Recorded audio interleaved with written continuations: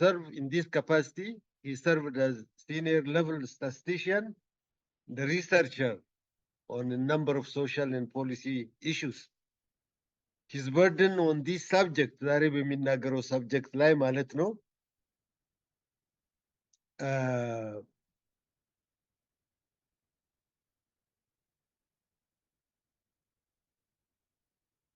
ብዙ መናገር ፈልገ ነበር ልተው ዲፕ ነው በግል አግኝቼው ዳላስ ስላወራን ነው ዲፕ ነው ከዛ የተነሳም ይህንን ሰብጀክት ኤክስቴንሲቭሊ አጥንቶ ለኢትዮጵያውያን ብቻ አይደለም ለዓለምም ኮሚኒቲ ለግሎባል ኮሚኒቲ አዌርነሱን ለመስጠት በፍጹም ዴዲኬሽን ኤክስቴንሲቭ ሪሰርች እያደረገ ያለ ወንድማችን ነው ለኛ ደግሞ ከውጪ ሳይሆን one of our kinds እንዲህ አይነት ጥናት አቅርቦ ሶሊድ የሆነ ስኮላርሊ የሆነ ቢብሊካል የሆነ ነገርን ሊያመጣልን እንዲህ አይነት ሰው እግዚአብሔር ስለሰጠን እግዚአብሔርን እናመሰግናለን የሚቀጥለውን ከሱ ቀጥሎ ያለውን ተናጋሪ በሚገባ ስለሚያውቀው ዶክተር ስዩምን ማለት ነው እሱ ነው የሚያስተዋውቀው እንግዲህ አሁን ዶክተር ማነው ፓስተር ዳዊት ያው ዶክተር ዳዊት ኦልተርኔቲቭሊ ያንተና እናንተና ለመንፈስ ቅዱስ ጊዜውን ሰጥቻለሁኝ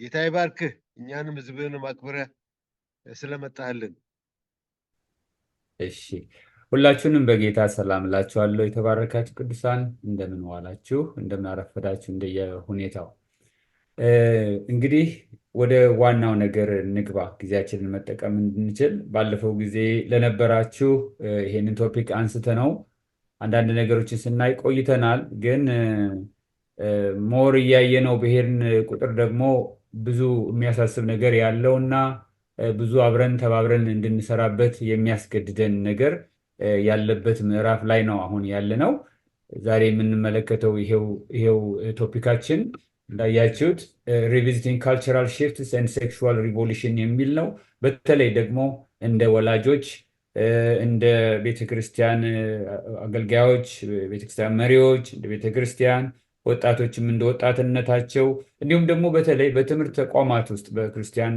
ዩኒቨርሲቲዎች ውስጥ ይሆን በሴሚናሪዎች ውስጥ ይሆን ወይም በቤተክርስቲያንም እንኳን የምታስተምሩ በዓለም ዙሪያም ያላችሁ ወገኖች ይሄንን እስካሁን ድረስ አናስተውለው ስር የሰደደን ነገር ይዘን ካልተነሳን ሊሆኑ ያሉትን ኮንሲኩዌንሶችና ከወዲሁ ደግሞ ልናደርግ የምንችላቸውን ነገሮች እንድናደርግ አዌርነስ የመፍጠር መልእክት ነው ዛሬ ያለኝ እግዚአብሔር ይመስገን ከኔ በኋላ የሚመጣው ዶክተር ስዩም ደግሞ ብዙ ነገር እየሆነ ያለውን ስለሚነግረን ነገሮች ይያያዙልናል ባለፈው ለነበራችሁም አሁን ላልነበራችሁም የማነሳው ነገር ምንድነው ባናውቀውም እየተካሄደ ያለ ትልቅ ሪቮሉሽን ነው ያለው ይሄም ሴክሹዋል ሪቮሉሽን ነው ከዚህ ጋር ተያይዘው ሌሎች ሪቮሉሽኖችም አሉ በፍልስፍና የታጨቁና የተለያየ አቅጣጫን የሚሄዱ ግን ይሄ ፓርቲኩላርሊ ይሄ ሴክሹዋል ሪቮሉሽን የተባለውና ከነኚህ ከጾታ ነክ ነገሮች ጋር ተያይዘው በየቦታው የሚናፈሰው የምንሰማው ነገር ከማንም በላይ ቤተክርስቲያንን ከማንም በላይ ቤተሰብን ይነካል የሚነካበት ምክንያት ህይወትን ስለሚያጎድፍ ህይወትን ዲፋይል ስለሚያደርግ ማለት ነው እንደምታስታውሱት እንደምታውቁትም በየጊዜው ጦርነትን እንሰማለን ሁለት አይነት ጦርነቶች ናቸው ያሉት የመጀመሪያው ጦርነት ይሄ አገሮች ለአገሮች ወይም ሰዎች ለሰዎች መሳሪያ የሚታኮሱበት ፊዚካል የሆነው ጦርነት ሆኖ ሳለ ሌላው ግን ሚሳኤል ማንሰማበት ነገር ግን በሰዎች ህይወት ውስጥ ብዙ ለውጥን አምጥቶ ሰውና እግዚአብሔርን የሚለየው መንፈሳዊ ጦርነት ነው ይሄ በዘፍጥረት 3:15 ላይ ተጀምሮ የነበረው ባንተና በሴቲቱ መካከል በዘርህና በዘሯ መካከል ጠላትነትን አደርጋለሁ የተባለው ነገር አሁንም ሰዎችን ከእግዚአብሔር መንግስት ለመለየት አልቆመም ጦርነቱ ለኛ እግዚአብሔር ይመስገን ክርስቶስ በተቀዳጀው ድል በቀራንዮ መስቀል ላይ ባደረገው ስራ ድነናል እኛን ከእግዚአብሔር መንግስት ሊያጎለን አይችልም ከዚህ በኋላ ለጠላት it's too late ግን ብዙዎች ደግሞ ወደዛ እንዳይገቡ ያ ጦርነት ቀጥሏል መገለጫውን ነው ሳናስተውለው ግን እኛ ብዙ ምንቀረው ፓርቲኩላር አንድና ሁለት ቤተክርስቲያን ለማለት ሳይሆን በዚህ ዘመን ያለች ቤተክርስቲያን ደግሞ ቸል ብለዋለች ያንን ነገር ግን ደግሞ በጠላት ሳይድ ያለውን ስራ ጠጋ ብለን ባየነው መጠን በጣም ረቂቅ ሆኖ ከማየታችን የተነሳ አንዳንዶቻችን ደንግጠናል። መደንገጣችን ለምንድን ነው? የት ነበርን እስከምንል ድረስ እስካሁን ድረስ እንዴት ነው ዝም ያልነው የሚያስብሉን ነገሮች ብዙ አሉ። እነኚህ ነገሮች ሄደው እንዴት የአገራት ፖሊሲዎች እንደሆኑ ኋላ ዶክተር ስዩም ሲመጣ የሚያነሳው ስለሆነ እሱ ጋር ብዙ አልገባም። ግን ትውልድን የሚነካ ትውልድን የሚያጭር ትውልድን ከእግዚአብሔር የሚያስኮበልል ነገር በዚህም በዚያም አቅጣጫ አለ። በዛሬው ነገር ልብ እንድትሉልኝ የምፈልገው ወንድሞቼና እህቶቼ፣ ይህ አሁን የምናወራው መንፈሳዊ ጦርነት ቅድም እንዳልኩት ሚሳኤል የሚያወራውር ጦርነት ሳይሆን ነገር ግን በትምህርት ምክንያት ወደ ሰው ልብ የሚገባ ነው። ኦኬ፣ በትምህርት ምክንያት ሰውንና እግዚአብሔርን መለየት አዲስ ነገር አይደለም።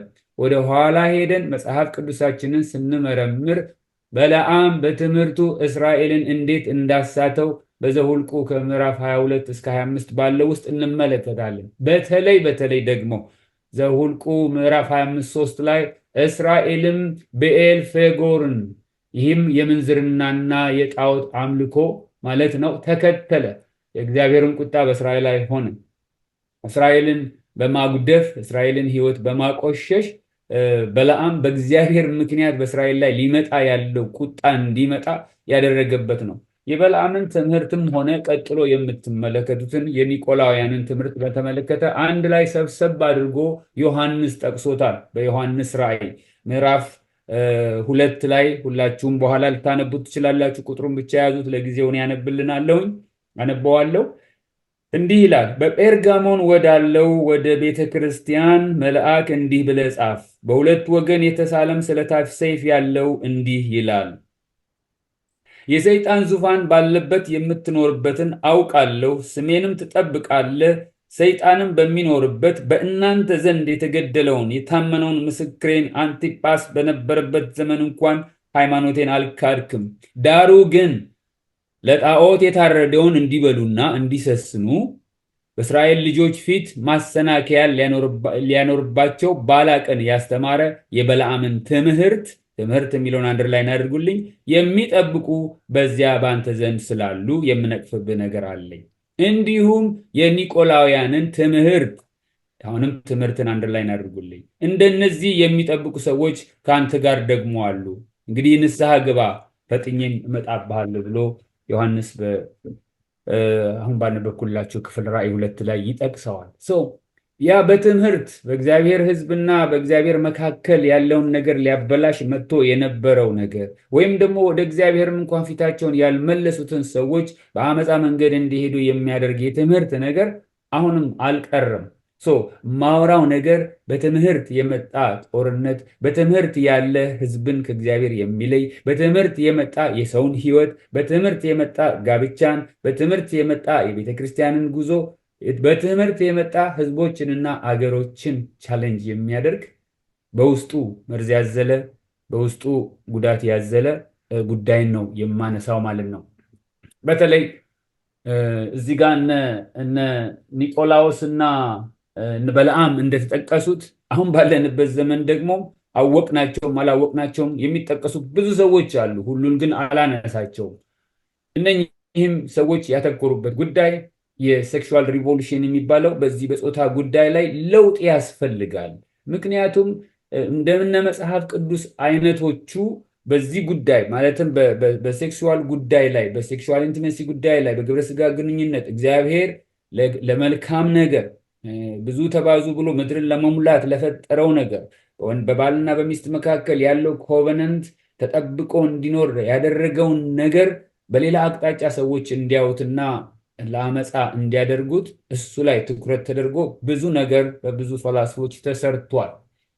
ከዚህም የተነሳ አሁን እየተካሄደ ባለው በዚህ ሴክሹዋል ሪቮሉሽን አማካኝነት የሚያሳዝን ሁኔታ ወጣት የሆኑት ክርስቲያን ልጆቻችንም እንኳን በቤተ እምነት አብረውን በነበረ ጊዜ ከነገርናቸው ነገር በላይ ሕሊናቸውን ሊይዝና ሊስብ የሚችል ነገር በሚሄዱባቸው የትምህርት ተቋማቶች ስለሚያጋጥማቸው አንደኛ፣ ሁለተኛም ደግሞ ከአካዳሚክሱ ብቻ ሳይሆን አብረዋቸው ከሚማሩት ተማሪዎችም ወይም ደግሞ ፒር ግሩፖቻቸው አማካኝነት ብዙ ቻሌንጆች ስለሚቀርቡባቸው እኛም ጋር በነበሩበት ጊዜ ስር የሰደደ የደቀ መዝሙርነትን ስራ ስላልሰራን አሁን የክርስትና እምነታችን ክርስቲያን ዶክትሪንን ቆም ብለው እንዲመረምሩና እውነትም ይሄ ነገር የሚያወጣ አይመስልም እስከሚሉ ድረስ ሊያደርሳቸው ተነስቷል።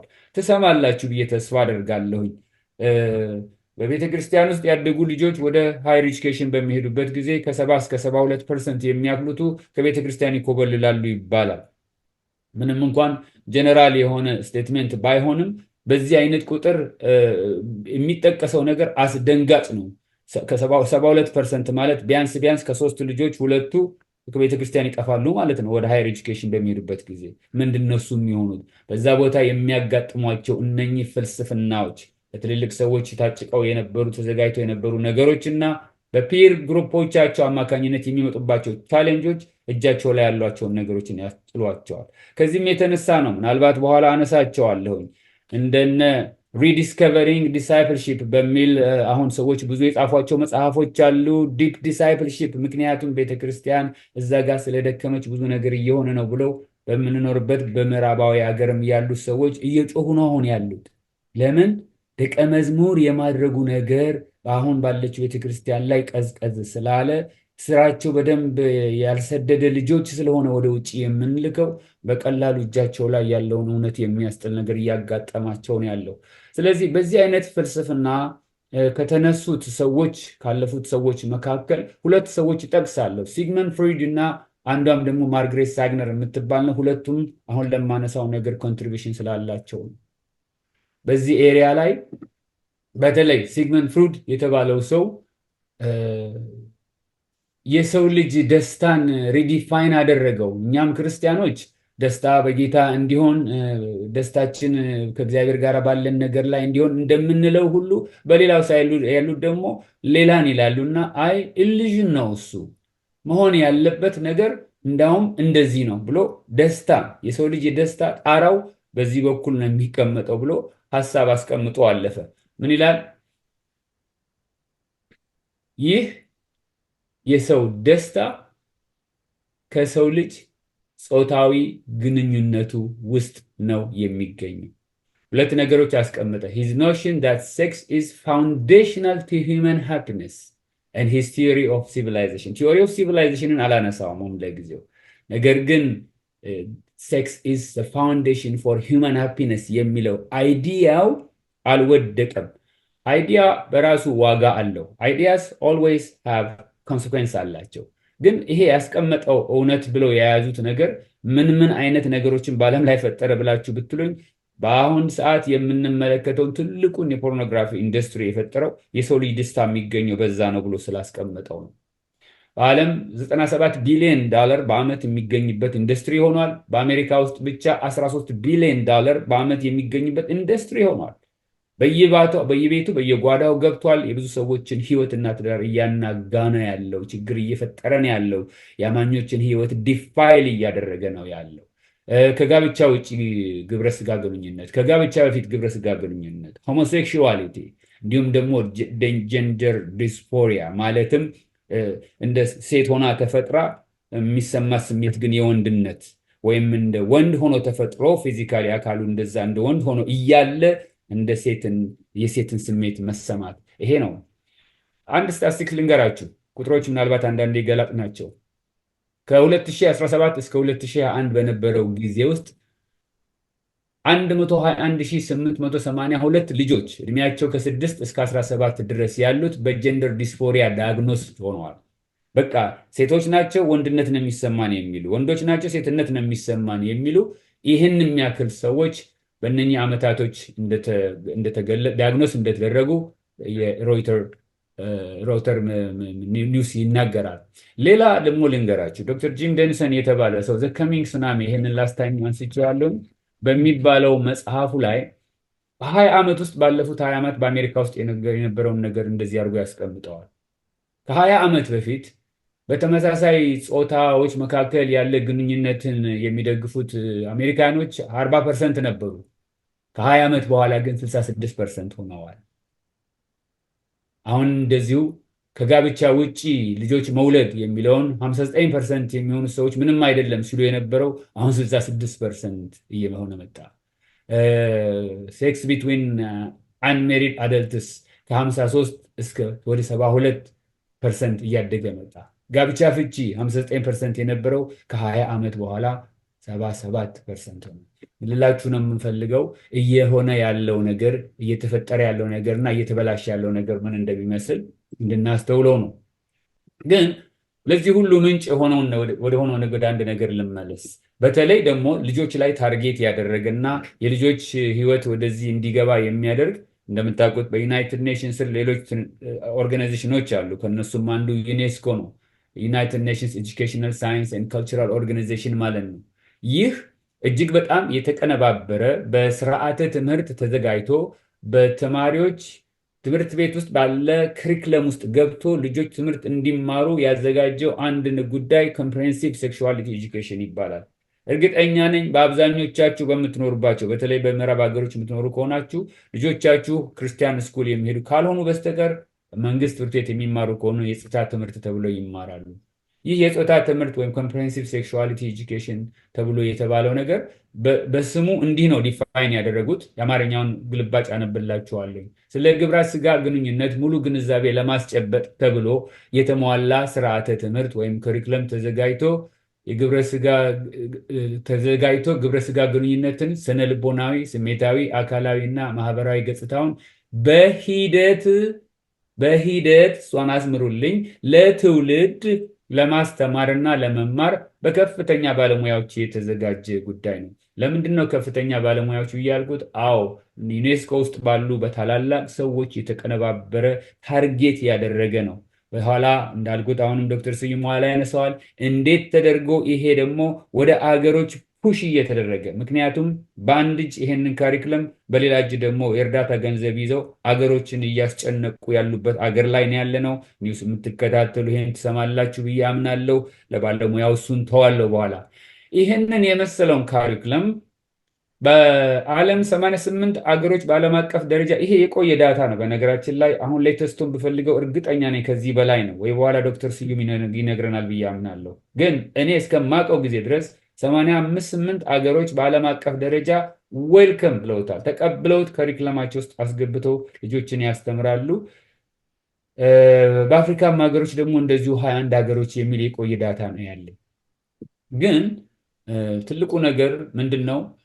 ይሄ የሚያስከትለውን አለማየታችን ነው ለእኛ በጣም እየከበደን የመጣው። ማለት ይሄ ነገር ምንድን ነው የሚያደርገው፣ ቤተክርስቲያን ምንድን ነው የሚያደርጋት የሚለውን ነገር ቁጭት ብለን ሂሳባችንን አልሰራንም። ለመሆኑ ከዚህ በስተጀርባ ያሉት ሀገሮች እነማን ናቸው፣ ድርጅቶች እነማን ናቸው ብላችሁ ብትሉኝ አንዱ ለምሳሌ ሲከስ የተባለ ነው። ሲከስ ሴክሹዋሊቲ ኢንፎርሜሽን ኤንድ ኤጁኬሽናል ካውንስል ኦፍ ዩናይትድ ስቴትስ የአሜሪካ መንግስት ጉዳይ ነው የሚመስለው፣ ግን አንድ ድርጅት ነው። ፕላንድ ፓረንትሁድ፣ አድቮኬት ፎር ዩዝ፣ ሂውማን ራይትስ አድቮኬት ስትመለከቷቸው እነኚህ ስማቸው ውስጥ መልካም ነገር የያዙ የሚመስሉና ሰዎች ሊቀበሏቸው የሚችሉ ነገሮች ከበስተኋላቸው ግን ብዙ አጀንዳ አላቸው። ለምሳሌ ይሄ ሲከስ የተባለው በቅርቡ አቋማቸውን የተለያየ አይነት ነገር አድርገው ለሰዎች አፒል እንዲያደርግ እያደረጉ ሲያቀርቡ ይቆይና ግን ፋይናሊ ቁጭ አድርገዋል ሀሳባቸው ይሄ እንደሆነ። ምንድነው ዋና የምታስቡት ነገር? ከዚህ የተነሳ ነው ቅድም ዶክተር ጥበብም ያነበቡልንን ታይትል ልናወጣው የቻልነው።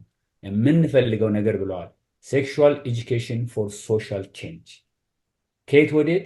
ይሄ በመጽሐፍ ቅዱስና በሌሎችም የቤተ እምነት መጽሐፍት እንዲያርግ እንዲያታርግ ተብሎ በሴክሹዋል ግንኙነት ላይ በግብረ ስጋ ግንኙነት ጉዳይ ላይ አጥር የታጠረለት ነገር ስላልተመቸ ስለማይመች የሰው ልጆች ደስታ ደግሞ ያለው እዛ ውስጥ ስለሆነ ቅድም ሲግመንድ ፍሩድ ብሏል እንዳልኳችሁ ማለት ነው። ያ መለወጥ አለበት። ሪቮሉሽን መካሄድ አለበት። ስለዚህ ኢምፕሊኬሽኑ አት ላርጀር ስኬል ካልቸራል ሽፍት ማምጣት ነው። እዚህ ላይ ነው የተደረሰው እና ያ በትጋት የሚሰራ ሆኖ ባለበት ውስጥ ነው እንግዲህ ቤተክርስቲያን ብዙ አድሬስ አናድርገው የቆየ ነው ማለት ነው። እውነት ነው ማቴዎስ፣ ማርቆስ፣ ሉቃስ፣ ዮሐንስ መስበካችን ትክክል ነው። ነገር ግን በወቅቱ ያሉትን ጉዳዮች አገናዝበን ደግሞ ምላሽ ካልሰጠን ትውልድ ልናጣ እንችላለን።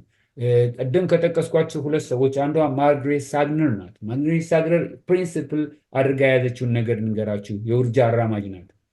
ውርጃ ትላለች ዲፋይን ስታደርገው ውርጃ ከሰው ዘር መካከል ዝቅተኛ ወይም አናሳ የሆኑትንና በጭንቅላታቸው ወይም በአስተሳሰባቸው ከህብረተሰቡ ጋር የማይሄዱትን ማስወገጃ ተገቢ መንገድ ነው። ስለዚህ ውርጃ መፈቀድ አለበት፣ ውርጃ የሰዎች መብት ነው በማለት አድቮኬት የምታደርግ ሰው ናት።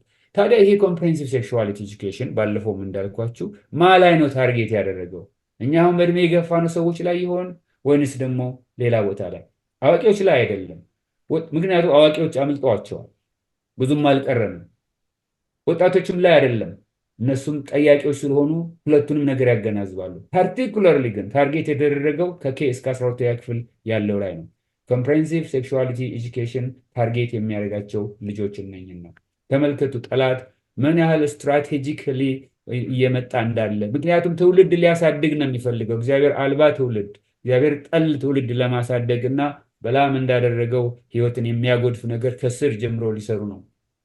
በአጠቃላይ ይህ የጾታ ትምህርት በተለያዩ ትምህርት ቤቶች ይሰጣል። ለምሳሌ በምኖርበትም አካባቢ ሄጄ ጠይቅ ያለውኝ መልኩን ቀያይሮቱም ቢሆን ትምህርቱ ይሰጣል። ግን ሲሰጥ እንዲህ የሚደረግ ነገር ስላለ በተለይ ወላጆች የሆናችሁ ሰሙኛላችሁ፣ በአካባቢያችሁ ያለውን አጣርታችሁ እንድታደርጉ።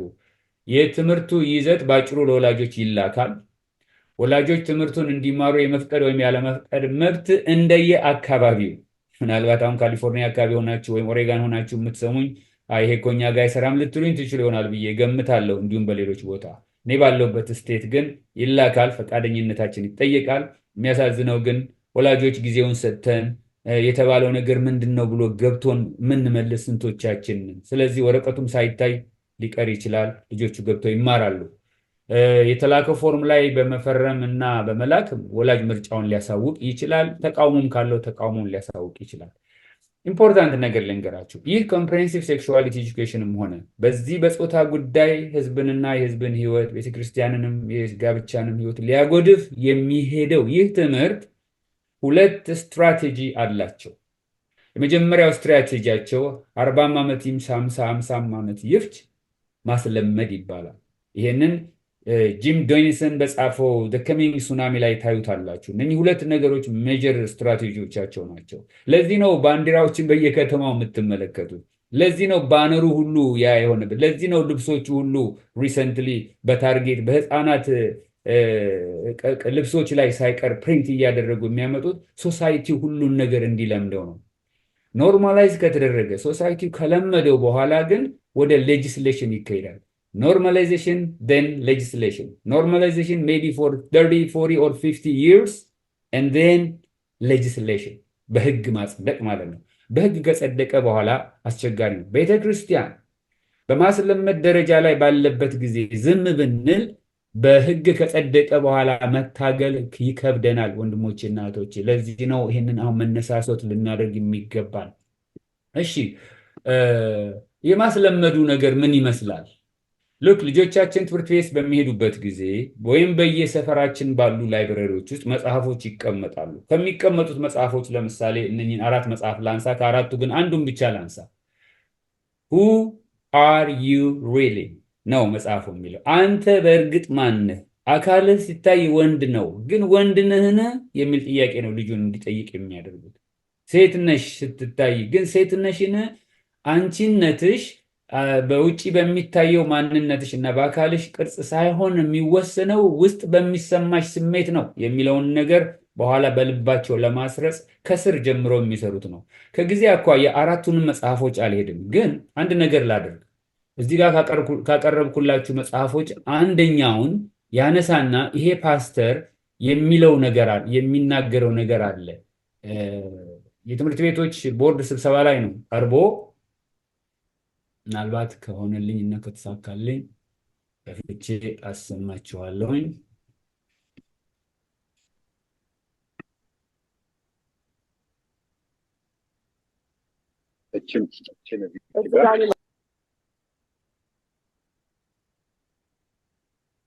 አዳምጡት፣ ምናልባት ይሰማል ብዬ ተስፋ አደርጋለሁ። It's called It's Perfectly Normal I'll read some of this for you. It says, after a bit, a person's it becomes moist and slippery, and the clitoris becomes hard. After a bit, a person's becomes erect, stiff, and larger. Sometimes a bit of clear fluid that may contain sperm comes out of the tip of the penis and makes it wet. Can we, sir, I'm sorry. Was it something I said? If you don't want to hear it in a school board meeting, why should children be able to check it out of the school system? We have perverts that are perverting our kids. And you all sit back smug in your chairs, but you don't want me to read it. Why? Does it bother you? Yes or no? You can't answer that question. You want to know why? Because politically speaking, you can't say that it's wrong. And you don't want me to read the filth because it exposes the truth. How dare you tell me to stop reading it? If you don't want to hear it, why should the children have to see it? Pastor, your time is up. Thank you. That makes two of us. በጣም ያሳዝናል። እና ለራሳቸው ለመስማት የሚቸገሩትን ስቴትመንት ልጆቻችን ግን በየትምህርት ቤቱ እንዲሰሙት ተደርጎላቸዋል ነው ባጭሩ የሚለው።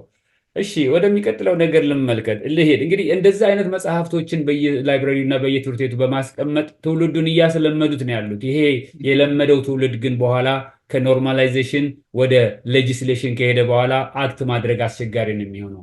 እንግዲህ በሩቅና በቅርብ የታሰበው ምንድነው ብላችሁ ብትጠይቁኝ ይህ የሴክሹዋል ኦሪየንቴሽን ጀንደር አይደንቲቲ ፍልስፍናን ከኪንደርጋርተን ጀምሮ እስከ 12ኛ ክፍል ባሉት ፐብሊክ ስኩል ውስጥ ማስፋፋት ነው። ሉክ ትውልዳችንን የት ጋር እንደሚያገኙት ካልኩሌት አድርገው ነው ታርጌት አድርገው የሄዱት። ከዛስ በኋላ የትምህርት ቤቶችን ከሪኩለም ተጠቅሞ ልጆችን የግብረ ስጋ ግንኙነታቸው ፍላጎታቸውን መቀስቀስና ሌላ ማንነትን ከውስጣቸው እንዲፈልጉ ማነሳሳት፣ በወንድና በሴት በአንድ ወንድ በአንዱ ሴት ቀደም ወንድማችን ዶክተር አለሙ ሲናገሩ እንደነበረው እግዚአብሔር ወንድና ሴት አድርጎ የፈጠራቸውንና ባልና ሚስት ብለን የምንኖርበትን ህይወትን ይሄኛው አውትዴትድ የሆነ ነው፣ ይሄ መፍረስ አለበት የሚለውን ዘመቻ ይዘው የተነሱ ናቸው። በወንድና በሴት ባልና ሚስት መሰረት የተመሰረተው ይህ መጽሐፍ ቅዱሳዊ ወይም ደግሞ ኒውክሊየር ፋሚሊ የሚባለው መደምሰስ አለበት። ሌሎች የቤተሰብ ዴፊኒሽኖች እየመጡልን ነው ያሉት። አንድ ፓስተር አሁን አንድ ወንድና አንድ ወንድ ሁለት ወንዶች ቢመጡና አላጋባም ቢል ፕሮባብሊ አሁን በዚህ ሰዓት ምንም ላይሆን ይችል ይሆናል። ቢያንስ እኔ ባለውበት ስቴት ፕሮቴክት እንደሚያደርጉን እናውቃለሁኝ በሌጂስሌሽን ላይ ያሉ። ግን ጥያቄው would it be the same የዛሬ 20 ዓመት ደህና እንሆን ይሆን ወይ? ነፃ እንሆን ይሆን? ቤተክርስቲያን ያንን እምቢ ስትል ታክሷን ትነጠቅ ይሆን? የመሳሰሉትን ነገሮች ማንሳት እንችላለን። አራተኛው ወላጆች በልጆቻቸው ላይ ያላቸውን ስልጣን ማሳነስ ነው። ይሄ ኦልሬዲ ስለሆነ ብዙ አልሄድበትም። ዌስተርን ስቴቶች ያሉ ዘመዶች ካሏችሁ ደውሉና ጠይቋቸው። ኦሬገን፣ ካሊፎርኒያ አካባቢ ያሉ ምን እየሆነ እንዳለ ምናልባት ሊነግሩ ይችላሉ። ታዲያ ይሄ ጉዳይ እነኝን ጥያቄ እንጠይቅ። በግሌ ምንድነው የሚኖረው ኢምፓክት? በእኔ ህይወት ላይ ምንድነው የሚያመጣው ይሄ አካሄድ? በልጆቼ ህይወት ላይ ምንድነው የሚያመጣው? በቤተሰብ ላይ ምንድነው የሚያመጣው? በቤተክርስቲያን ውስጥ ያለ የችልድረን ሚኒስትሪን ኔቸር እንዴት አድርጎ ነው ቻሌንጅ የሚያደርገው ይሄ ጉዳይ? ለትልቋስ ቤተክርስቲያን ምን አይነት ቻሌንጅ ነው ይዞላት እየመጣ ያለው? በአጠቃላይ እንደ ማህበረሰብስ እንደ አገርስ ምንድነው እያደረገን ያለው? እግዚአብሔር ይመስገን እንደነ ዶክተር ስዩም አንቶኒዮስ አይነት ሰዎች በየምድሩ እግዚአብሔር ማስቀመጡ በአገር ላይ እየመጣ ያለ ዴንጀርን አይቶ የሚጮሁ ሰዎች ጌታ አስቀምጦልናል። አገርን የሚነካ ነገር ነው። እንግዲህ በሩቁ የታሰበው ይሄ ጉዳይ እየቀጠለ መሄዱ አይቀርም። ግን ካላስተዋልነው የሚሆኑ ነገሮችን ጥቂት ልበል። ይሄ ዘፍጥረት 3:15 ላይ የተጀመረው በሰይጣን መንግስትና በእግዚአብሔር መንግስት መካከል ያለው ጦርነት ወገኖች ስላልተቋረጠ ድንጋይ እየተወረወረ ጸጥ ብለን ተኝተን ያለ ነው። ጦርነት እየተተኳኮሰ ባለበት ውስጥ ነው አልጋችንን አንጥፈን ይሆናል ያለ ነውና ግን ያ ወቅት መንቃት ያለብን ጊዜ ይመስለኛል። የዚህ ተጽዕኖ በእግዚአብሔር መንግስት ላይ አለው። ደግሞም ያነጣጠረው ከመሰረቱ ስለሆነ ልጆች ላይ ስለሆነ ውድመቱ እጅግ ታላቅ ነው። እያለፈ ያለ ትውልድን ሳይሆን እያደገ እያበበ ያለ ትውልድን ነው ታርጌት ያደረገው። እያለፈውማ ያለው አንድ ቀን ያልፋል በቅርቡ። ካላስተዋልነው ይሄ ደግሞ የሚያመጣው ነገር አለ።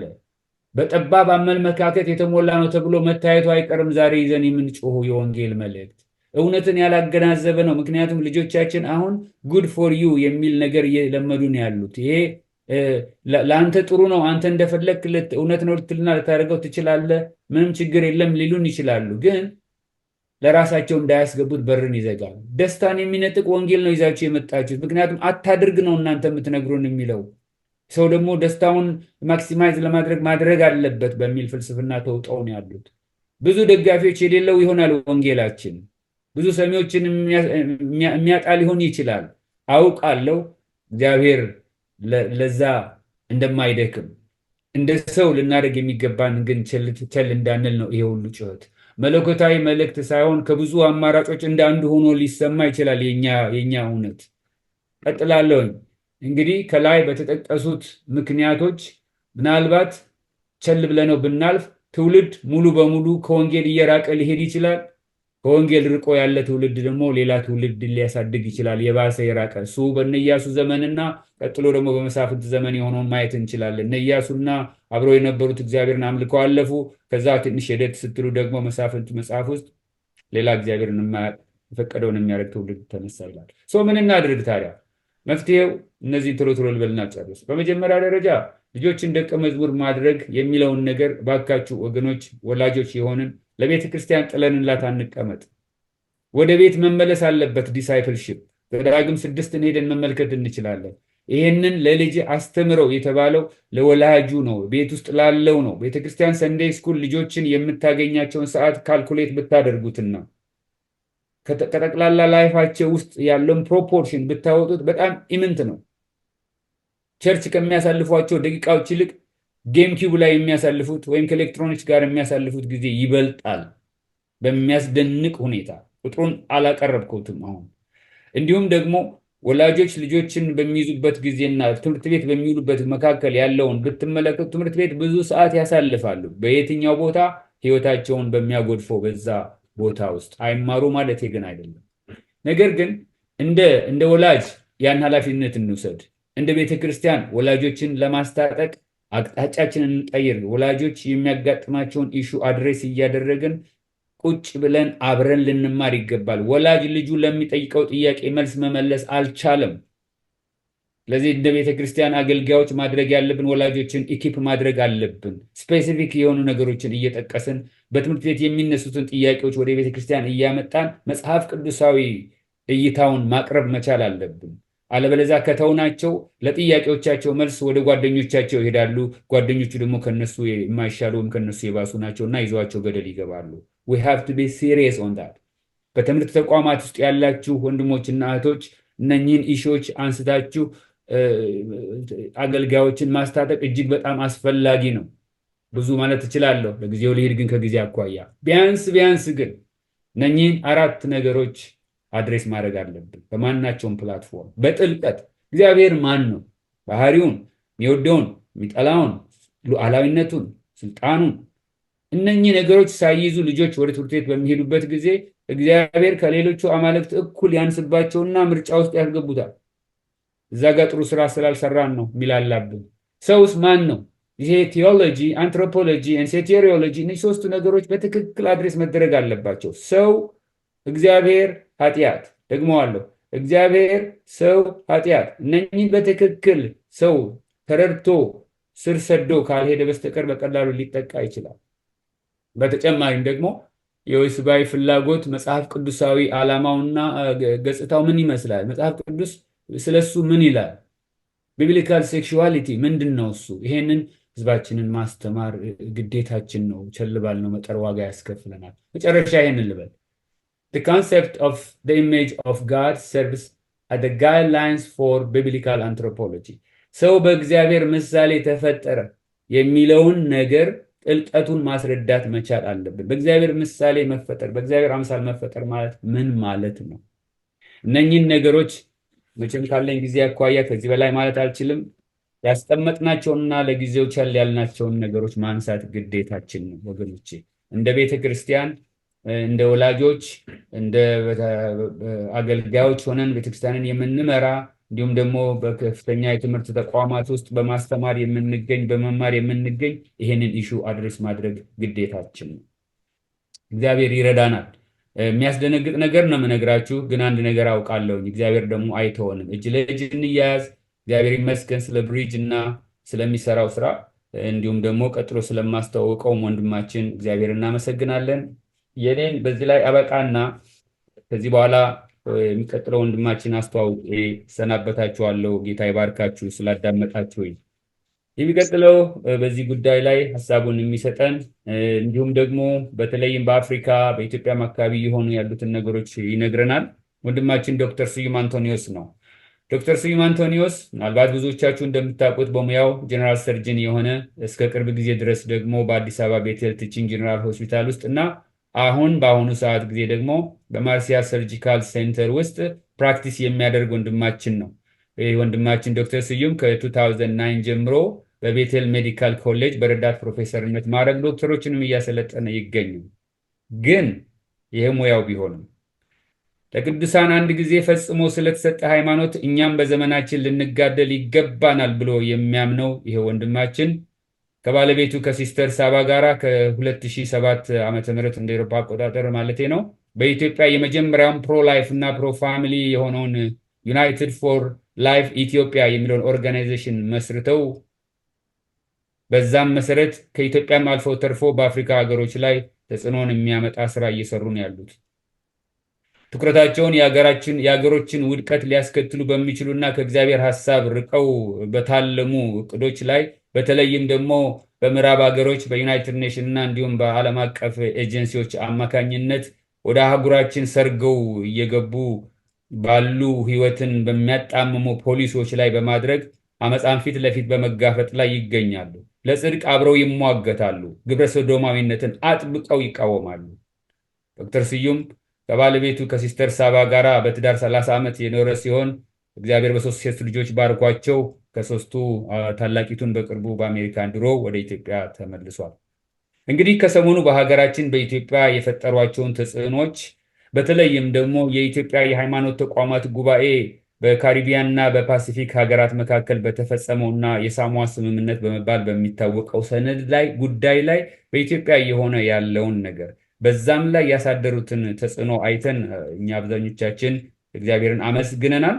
ያንን በተመለከተና ሌሎችም በአፍሪካ ሀገሮች እየሆኑ ስላሉት ነገሮች እንዲነግረን ወንድማችን ዶክተር ስዩም አንቶኒዮስን እጋብዛለሁ። ዶክተር ስዩም እግዚአብሔር አምላክ ይባርክ፣ በርታ፣ እንጸልይልሃለን። አሁን ጊዜው ያንተ ነው።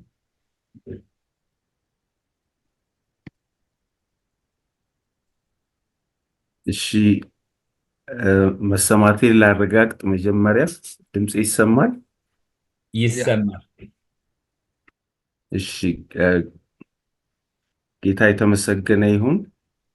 እሺ፣ በጣም ነው የማመሰግነው። ከሁሉ አስቀድሜ ወንድሜን ዶክተር ጥበበ እሸቴን በጣም ማመስገን ወዳለው ስለ ቀረበልኝ ኢንቪቴሽን።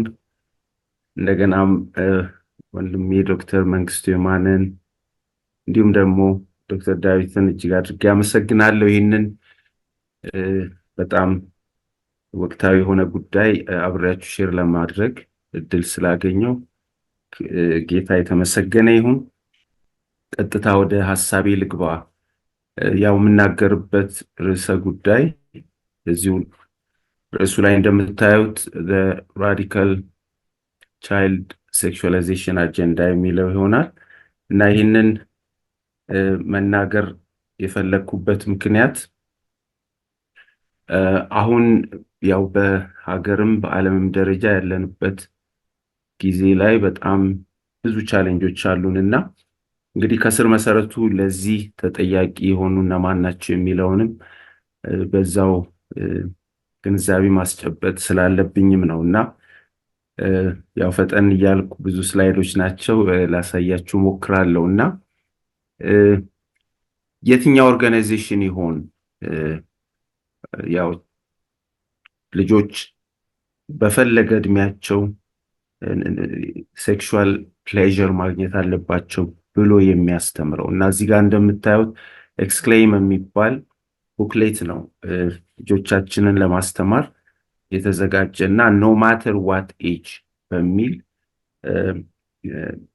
ይህንን አጀንዳ ለማራመድ የሚሞክር ድርጅት አለ እና ያው ኦርጋናይዜሽን ደግሞ it teaches young people that they are entitled to sexual pleasure.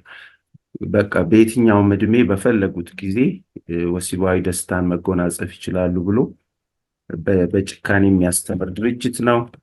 ዛጋ ያቆምም። ሌላው ደግሞ it dispenses toxic cross-sex hormones to minors without their parents' knowledge. እና ያለ ወላጅ ኮንሴንት ልጆቻችን cross-sex hormones እንዲያገኙ እንዳውም አልፎ ተርፎም ደግሞ ጀንደር ሪአሳይንመንት ሰርጀሪ የሚሉትንም አደገኛ ነገር እንዲያደርጉ ከጀርባ የሚሰራ ድርጅት አለ። ይሄው ድርጅት ደግሞ it claims not only that abortion is an international right but also glamorizes abortion as a social good.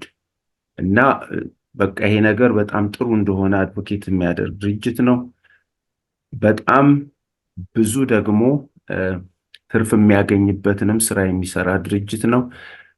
ልጆቻችንን ሴክሹዋላይዝ በማድረግ ማለት ነው። እና in the name of sexual and reproductive health services እና እነዚህ የምታዩትን ኮንዶምስ ቅድም it's perfectly normal የሚለውን ቅድም አይተናል። የአባት በብስጭት ሲናገር ፓስተሩ ማለት ነው። እነዚህ አይነት ነገሮችን ትምህርት ቤት ውስጥ በማስገባት ሆርሞኖችንን በማሰራጨት እና in the name of sexual counseling ልጆቻችንን አእምሯቸውን አቢዩዝ የሚያደርግ ድርጅት ነው። እና ይሄው this same organization, what if I told you this same organization has been funded with billions of dollars from multiple governments and the world's largest foundations and UN agencies.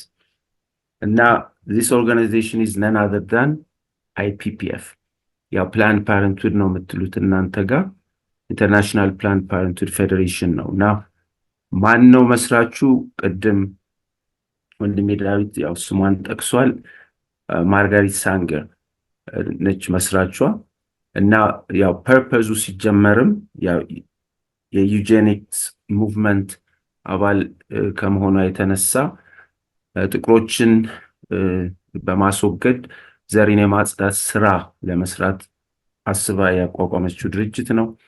እና ጥቂት ስለ IPPF ብነግራችሁ it's the largest abortion provider in the whole world and it's also the largest purveyor of radical sexuality education. አሁን ልጆቻችን የሚማሩትንም ነገር ከበስተጀርባ ሆኖ ፕሮፔል የሚያደርግ ድርጅት IPPF ነው።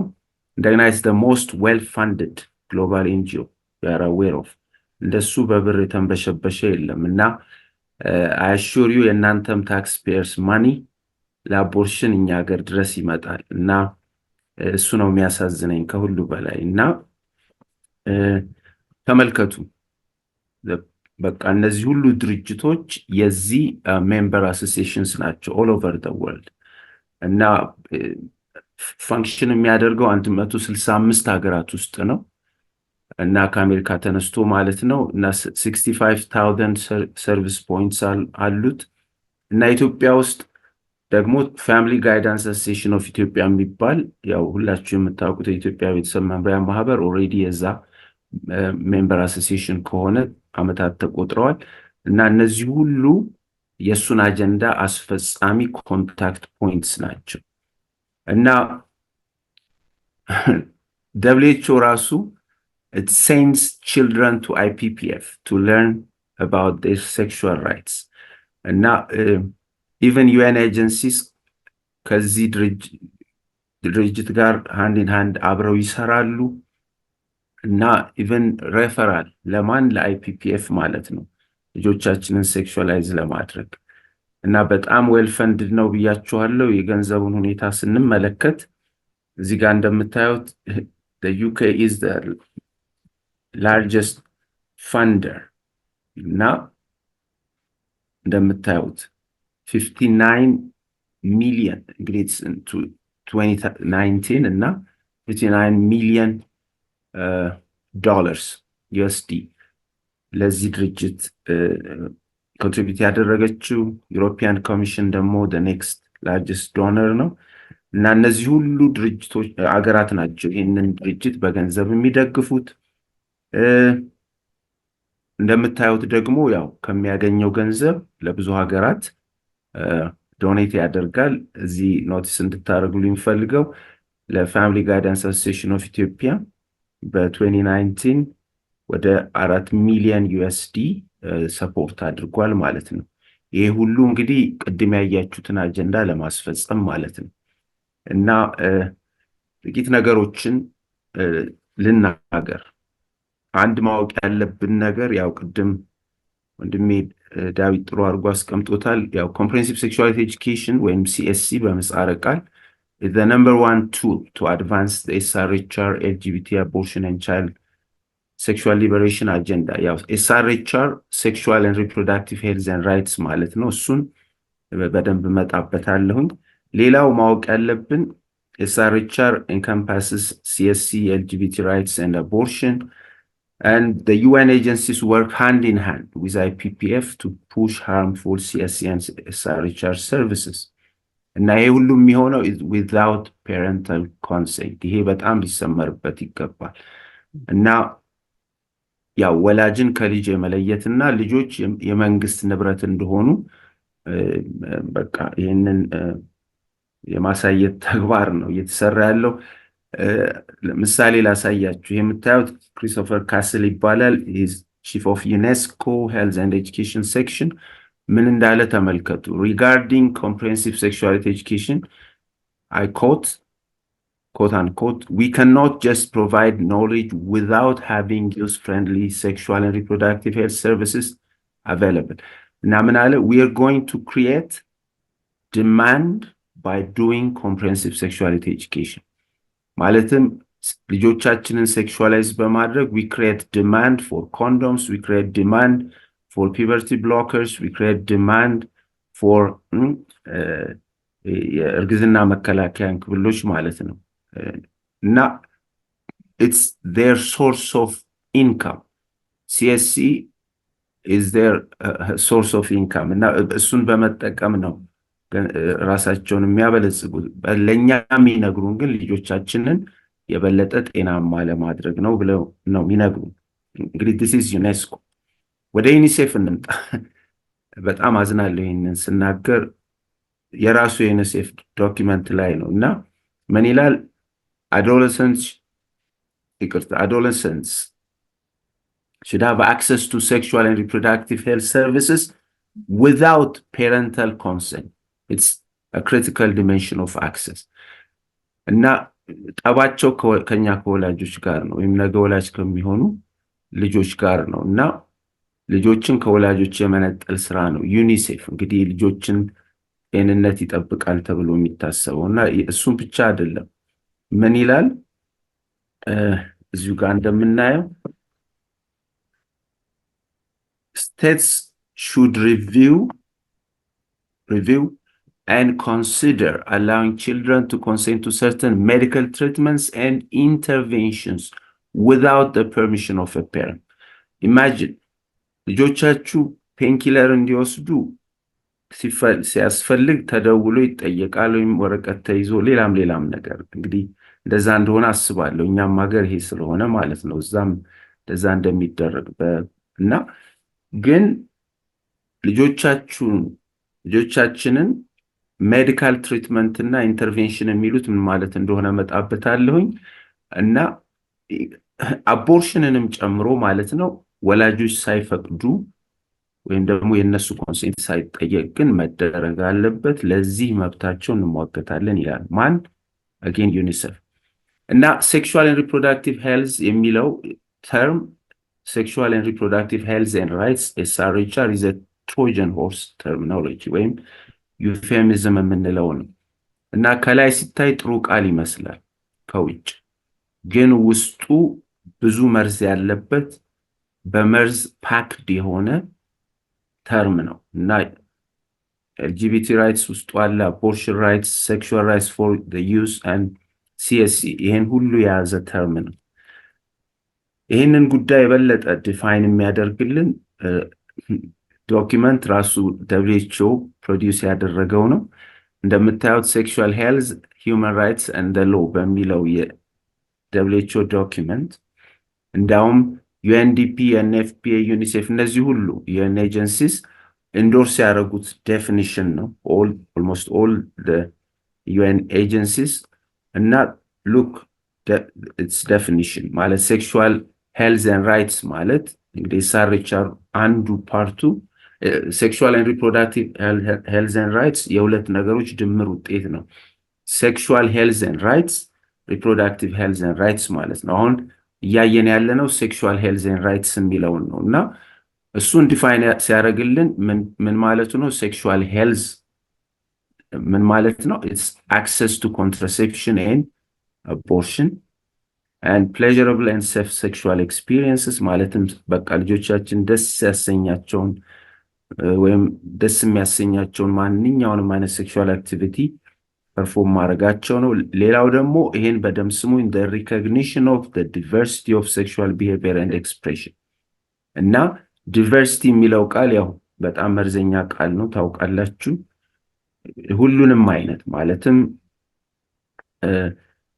የተቃራኒ ጾታ ብቻ ሳይሆን የተመሳሳይ ጾታውንም እዛ ጋር አቆምም ከእንስሳም ጋር የሚደረገውና በኋላ ማሳያችሁ በጣም ጸያፍ የሆኑትንም አይነት sexual so called sexual experiences እሱን ሁሉ include ያደርጋል እንግዲህ this is a definition by WHO ያ ብቻ አይደለም all countries should work towards decriminalization of sex work here is the definition of sexual health ሌላ legalizing same-sex marriage this is also sexual health according to WHO እንደገናም is access to hormonal treatment and gender reassignment surgery ይሄ ሁሉ sexual health ነው እና what is hormonal treatment እሱን እናይዋለን ወደ በኋላ ግን gender reassignment surgery ምን ማለት እንደሆነ እንደው በመረጃ ላሳያችሁ ፈልጋለሁ እንግዲህ አንዱ እንግዲህ ባላችሁበት ሀገር በምዕራብ ዓለም የሚካሄደውን ማለት ነው breast binding የሚሉት አለ ሴት ልጆቻችን ሲያድጉ 10-11 ዓመት እድሜ ላይ ሲሆኑ ጡታቸው ሲያጎጠጉጥ ያንን ለማጥፋት ይሄንን አይነት ቴክኒክ ይጠቀማሉ ማለትም በኤላስቲክ ባንዴጅ ጥብቅ አርጎ ማሰር ማለት ነው መደፍጠጥ በሉት እና breast binding በጣም ብዙ ሳይድ ኢፌክትስ ያሉት ነው difficulty of breathing back problems እና even አጥንት መሰበር ሁሉ የሚያጋጥማቸው ጊዜ አለ because ስስ ነው አጥንታቸው በዚያ እድሜ በዚህ ካልተሳካ the next step ወይንም ደግሞ ያደጉ ከሆኑና ጾታ መቀየር ከፈለጉ what they do is breast amputation እና የልጆቻችንን ጡት በእንዲህ አይነት ሁኔታ ማንሳት ማለት ነው this is what they call gender reassignment surgery ይሉታል ይሄ surgery አይደለም this is mutilation በቃ የልጆቻችንን አካል ትልተላ እና I'm a general surgeon I know what surgery is ለኔ ይሄ surgery አይደለም እንዲህ አይነት ኦፕሬሽን የምንሰራው የጡት ካንሰር ላላቸው ነው እንጂ ለጋድ ሚላላቸው ህፃናት ይሄ ፈጽሞ የሚደረግ አይደለም እና ታውቃላችሁ የሴት ልጅ ግርዛትን ምን ያህል ኮንደምን እንደምናደርግ and yet እነሱ in the name of science እንዲህ አይነት ቡቸሪ ነው እየፈጸሙ ያሉት ይሄ this is crime against humanity በቃ ከዚህ የበለጠ definition የለው ይሄ ነው በአደባባይ under the auspices of the UN እና its agencies European Union እና ይሄንን ነው ወደኛ ሀገር ኢምፖርት ሊያደርጉልን እየሞከሩ ያሉት በርዳታ ስም ማለት ነው this is what they call sexual and reproductive health and rights እና አሁን የምታዩት ሴት ጡቷ ተቆርጦ ደስተኛ ትመስላለች ኖ እንዲያ በኋላ በመረጃ ያሳያቸዋለሁ ይሄ የውሸት ሳቅ ነው የውሸት ደስታ ነው እና እንዲህ አይነት ጠባሳ ስለተቀምጦበት ወንድ ሆነ ይባላል ግን ጡት መቆረጥ ዲኤንኤ ወይንም ደግሞ ጄኔቲክ ኮዱን ወይ የዛን ሰው ጄኔቲክ ሜካፑን አይቀይረው still a female chromosomal analysis ቢሰራ XY ነው ማን XX ነው ይሄንን ግን ሰርጀሪ ስላደረጉ by the way ይሄንን ቶፕ ሰርጀሪ ይሉታል ሌላው ደግሞ ቦተም ሰርጀሪ የሚባል አለ። እዛ ጋር ያቆሙም። ወንድ ከሆነ ያው ብልቱን እንዳለ ከነፍሬው ቆርጠው ያነሳሉ። ሴቷንም እንደዛው። አሁን ማሳያችሁ ወንዱን ብልቱን ቆርጠው የሴት ብልት የሚመስል ነገር ሲሰሩለት ነው እና ቫጂኖፕላስቲ ይሉታል። እንዲህ አይነቱም ውንብድና ማለት ነው። ውንብድና ኢን ዘ ኔም ኦፍ ሳይንስ። እና ቆዳ ከየት ነው የሚመጣው? ሃርቨስት የሚደረገው ተመልከቱ፣ ከእጅ ላይ ወይንም ከጭን ላይ ተገፎ ነው እና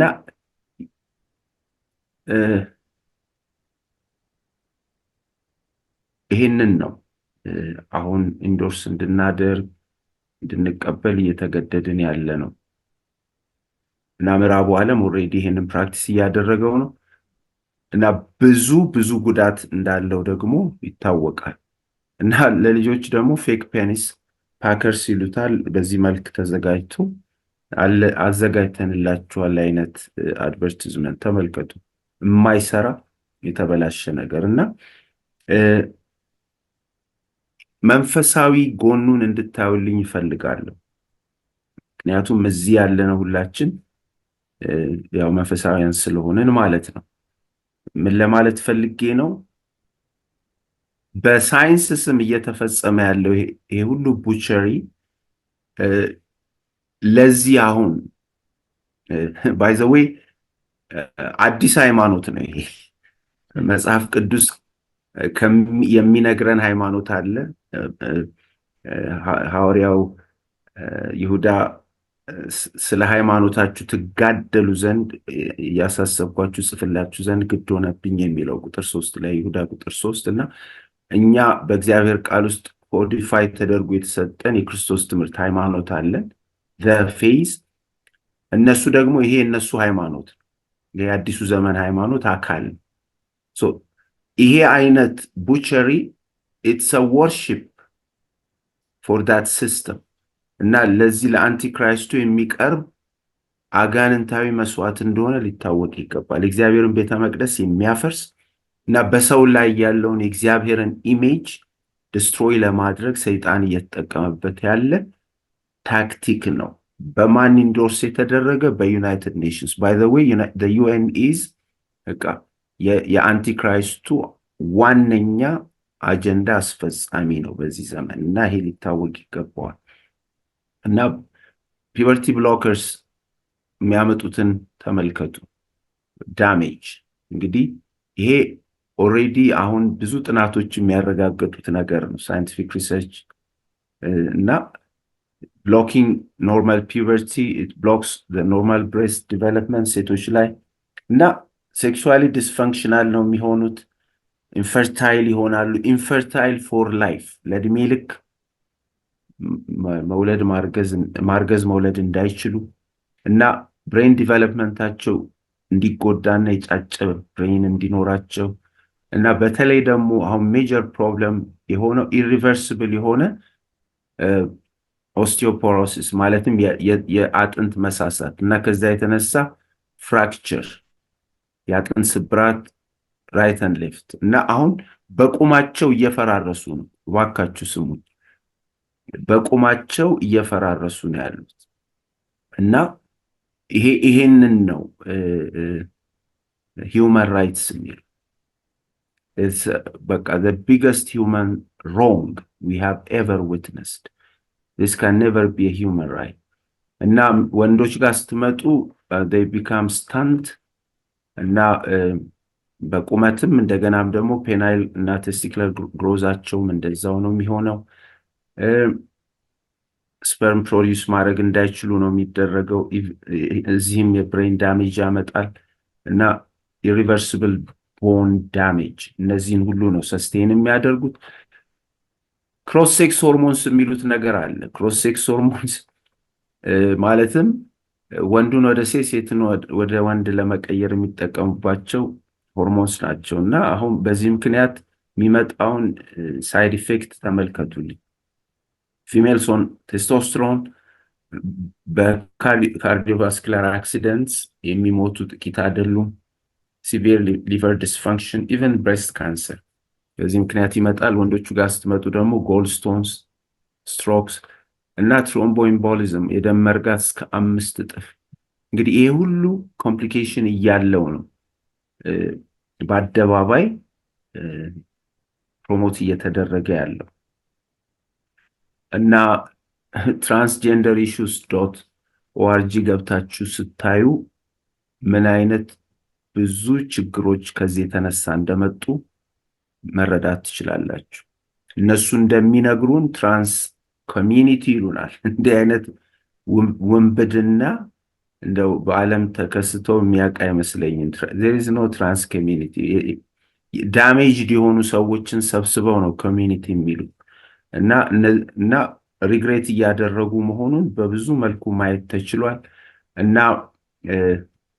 አሁን ተመልከቱ በጀንደር ዲስፎሪያ ያው እንደ ሐኪም ነው የምናገረው ባለፉት ዘመናት ብዙ ችግር አልነበረም፣ ኢሹም አልነበረም። ቢኮዝ የሚከሰተው ኢንሲደንሱ በጣም አናሳ ስለነበር በብዙ ዓመታት ጥቂት ቁጥር ነው የሚታየው። ምናልባት በ30 ዓመት 2-3 ኬዝ ቢገኝ ነው። አሁን ግን ይሄ አጀንዳ ፕሮሞት መደረግ ከጀመረ in the name of sexual and reproductive health and rights አሁን ልጆች በተለይ ሴት ልጆች ራይት and ሌፍት ጾታዊ ልክ እንዳልሆነ ተረድቻለሁ በሚል ይሄ ነገር is on the rise exponentially ነው ቁጥሩ እየጨመረ የመጣው።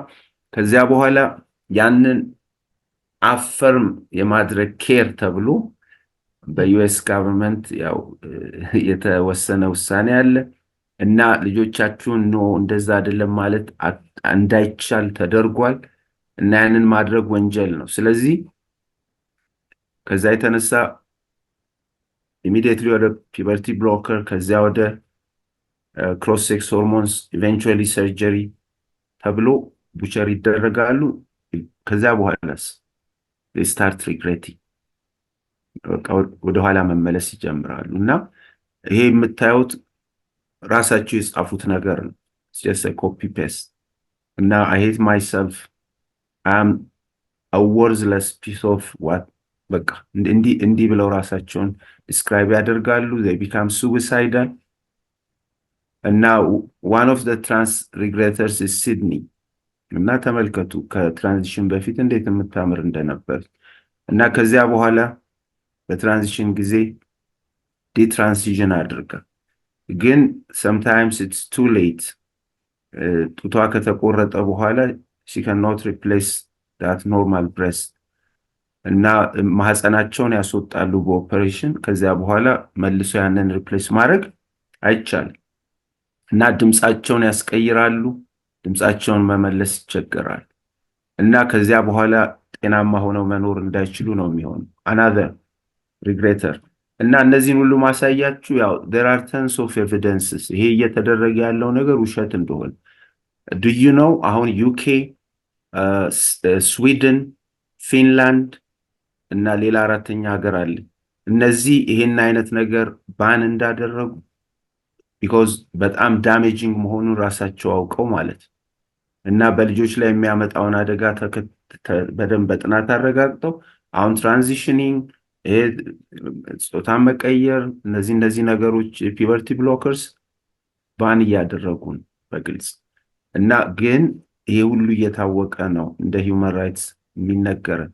የምታዩት ወደ ሴት ተቀይረ ያለው አለ የምታዩት ትልቅ ሰው እና ወንጀል ሰርቶ እስር ቤት ገባ። እዛ ገብቶ ደግሞ ሬፕ ማድረግ ቀጠለ እና እንዲህ አይነት ግራ የገባው ህይወት ነው እየተኖረ ያለው።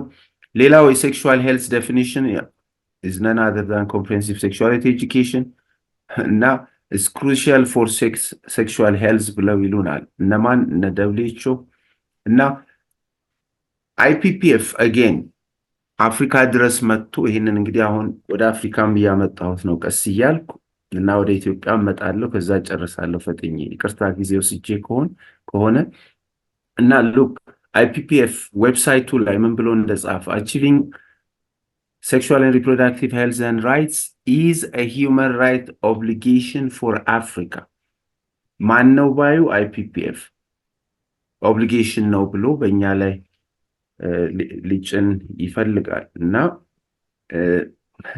again IPPF ምን አለ? we work with governments, the African Union, regional economic commissions and the Pan-African Parliament ምን ለማድረግ for the creation of the first continental framework for sexual and reproductive health, the Maputo Plan of Action. Already ይህንን ለመተግበር ከዓመታት በፊት as early as 2006 በፈረንጆች አቆጣጠር ይህ አጀንዳ ሴት ተደርጓል። መደላድሉ ተስተካክሏል። ይህን አጀንዳ በአፍሪካ ለመተግበር ማለት ነው እና ስፖትላይት ኢኒሺየቲቭ የምትሉት ይህንኑ ያው ከአፍሪካ ዩኒየን ጋር የሚሰሩት ስራ ነው። ይህንኑ አጀንዳ ለመተግበር ሉክ ስፖትላይት ኢኒሺየቲቭ፣ አፍሪካ ሪጂናል ፕሮግራም፣ ዩኤን፣ ዩሮፒያን ዩኒየን፣ አፍሪካን ዩኒየን እነዚህ ሁሉ ስቴክሆልደርስ ነው ያሉበት ከስር የምታያቸው በሙሉ ማለት ነው እና again sexual and reproductive health and rights, gender strategy, the AU gender strategy already infiltrated ነው the AU ማለት እና አጀንዳ ሁሉ አስቀምጠውልናል እስከ 2027 በሚል ማለት ነው።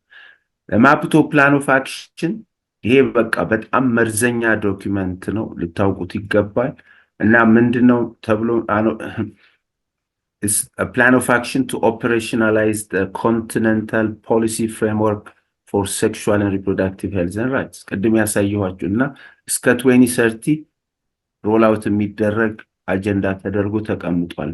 በማን again by IPPF behind all these agencies እና ወደ ኢትዮጵያ ስንመጣ Rutgers is another an arm, European arm of IPPF. It's a member organization እና ኢትዮጵያ ድረስ መጥቶ ተመልከቱ ኔዘርላንድስ ያለ ድርጅት ነው። ኢትዮጵያ ድረስ መጥቶ the world starts with me, a successful CSC program for in and out of school use in Africa and Asia.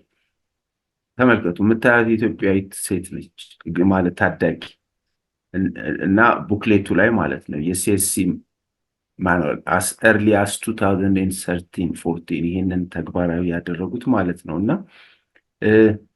ከዚህ ጀርባ ማን ያለው again IPPF ማለት እንደዚህ አይነት መርዘኛ ድርጅት ዓለም ላይ ያለ አይመስለኝም እና ቡክሌቱን ከፍታችሁ ስታዩ ሉክ ስለ ሴክሹዋሊቲ ዴፊኒሽን ፔቲንግ ፎንድሊንግ ኦራል ሴክስ ማስተርቤሽን ይሄንን እና በኮምፒውተር የታገዘ ትምህርት እየተሰጠ ነበር ያኔ ነው 2013 ላይ ከባለቤቴ ከሳቢ ጋር ይሄንን ነገር ፋይት ማድረግ የጀመርነው ማለት ነውና የዚህ main implementer again is Family Guidance Association of Ethiopia እና ለምታዩት FGA በአደባባይ ወጥቶ ምን ብሎ ጽፏል? integration of CSC into school curriculum supported with evidence እና በየትምህርት ቤቱ እንደምታዩት የሳርች ኮርነር ብሎ ልጆችን ሴክሹዋላይዝ የማድረግ ስራ እየሰራ የቆየ ድርጅት ነው። እንዳውም ቲቸርስ ጋይድ ብሎ ዶክመንት ሁሉ አውጥቷል። ማስተማሪያ ዶክመንት ማን ፋሚሊ ጋይዳንስ አሶሲዬሽን ይታያል። አው የኢስተርን ኤንድ ሳውዘርን አፍሪካን ሚኒስትሪያል ኮሚትመንት ESA ይባላል።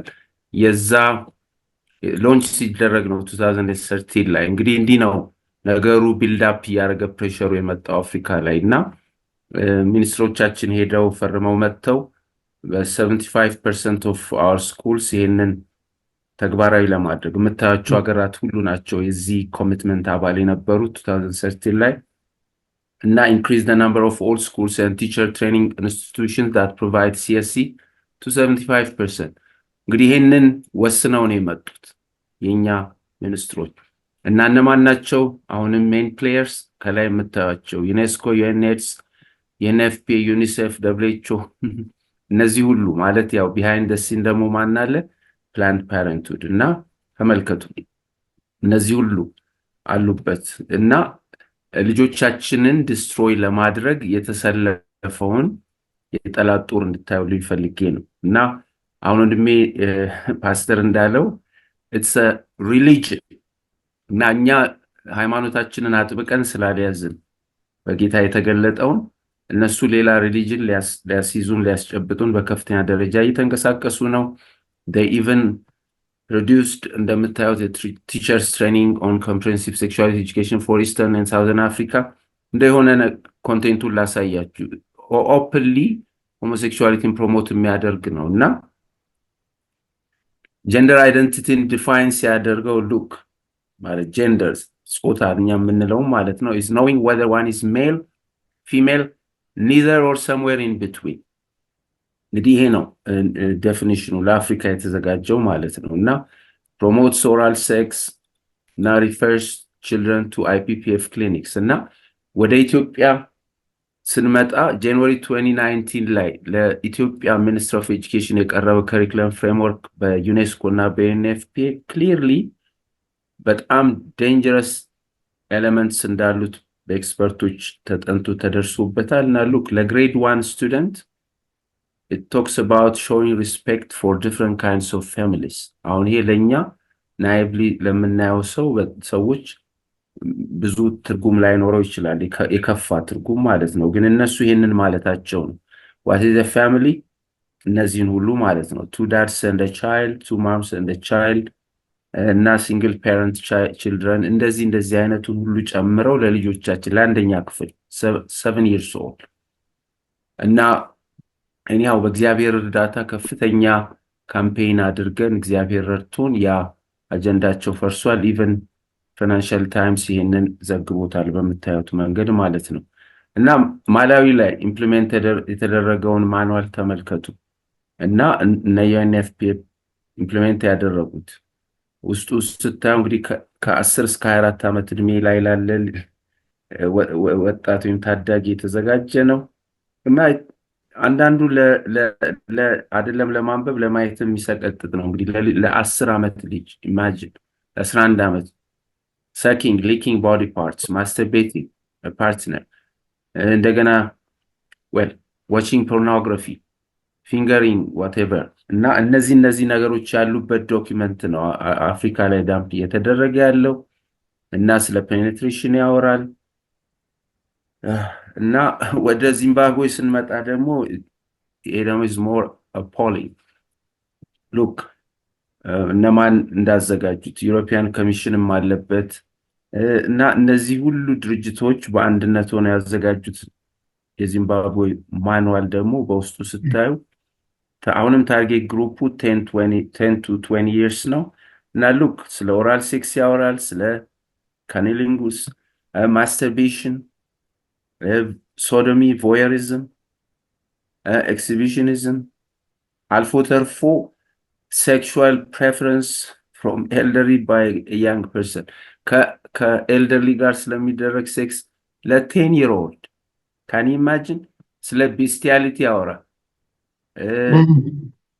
pedophilia necrophilia sexual pleasure from corpses urophilia coprophilia ከሰገራ ጋር ስለሚደረግ ሴክስ እና ይሄን አይነት በቃ በሪሊጅናችን በካልቸራችን ላይ እየተደረገ ያለ በቃ ከፍተኛ ጥፋት ነው እና ይሄንን ማን ነው የሚያደርገው the UN and its agencies the European Union እና ብዙ stakeholders እና መልላችሁ ፈልጌ ነው አሁን አፍሪካን የማዳን ትልቅ ስራ አለብን ስንጀምር የአፍሪካን ታዳጊዎች አሳይቼ ጀመርኩት ለዛ ነው ኢትዮጵያ ማሳየት ይችል ነበር ግን it's all about Africa on saving the soul of Africa not only of Ethiopia እና